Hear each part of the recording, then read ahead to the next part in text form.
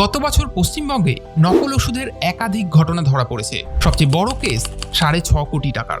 তবে শুধু পশ্চিমবঙ্গই নয়, এমন নকল ওষুধের ঘটনা দিল্লি, আগ্রা, কানপুর সহ দেশের বহু শহরে সামনে এসেছে। তবে এটা ভয় পাওয়ার নয়, সচেতন হওয়ার সময়। জানুন নকল ওষুধ চেনার কয়েকটি সহজ উপায়।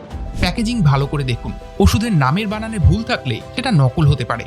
কোম্পানির নাম, ঠিকানা এবং ব্যাচ নাম্বার অবশ্যই চেক করুন। যদি নামের কোনো অক্ষর বাদ থাকে অথবা অতিরিক্ত কিছু লেখা থাকে, তবে সেটা বিপদের ইঙ্গিত হতে পারে।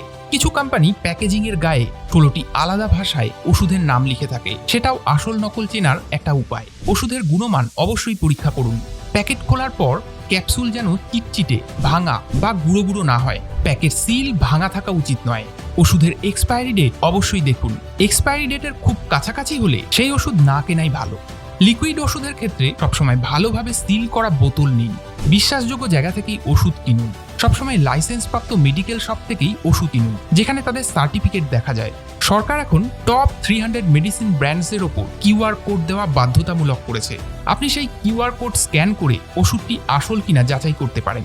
নকল ওষুধের জালিয়াতি কমাতে সরকারি পদক্ষেপ নেওয়া হচ্ছে। তবে একজন গ্রাহক হিসাবে সচেতন থাকাও আমাদের দায়িত্ব। আপনি যত সচেতন থাকবেন, ততই নিরাপদ থাকবেন।